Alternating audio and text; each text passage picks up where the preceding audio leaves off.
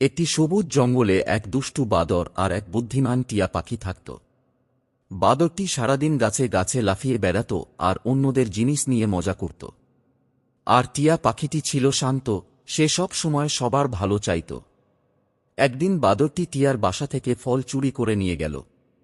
টিয়া কিছু না বলে চুপ করে রইল। পরদিন ঝড় উঠল, আকাশ অন্ধকার হয়ে গেল। বাদরটি ভয়ে একটি দুর্বল ডালে বসেছিল, হঠাৎ ডালটি ভেঙে পড়তে লাগল। ঠিক তখনই টিয়া পাখি উড়ে এসে বলল, আমার সাথে এসো। সে বাদরটিকে নিরাপদ একটি গাছের গর্তে নিয়ে গেল। বাদরটি লজ্জা পেয়ে বলল, আমি তোমার সাথে খারাপ ব্যবহার করেছি, তবুও তুমি আমাকে বাঁচালে। টিয়া হাসল এবং বলল, ভালো কাজ করলে তবেই সত্যিকারের বন্ধু হওয়া যায়। সেদিন থেকে বাদরটি বদলে গেল। সে আর দুষ্টুমি করত না, বরং সবার সাহায্য করত। আর টিয়া পাখির সাথে তার সত্যিকারের বন্ধুত্ব গড়ে উঠল। ভালো আচরণ ও সাহায্য করার মনোভাবই সত্যিকারের বন্ধুত্ব তৈরি করে।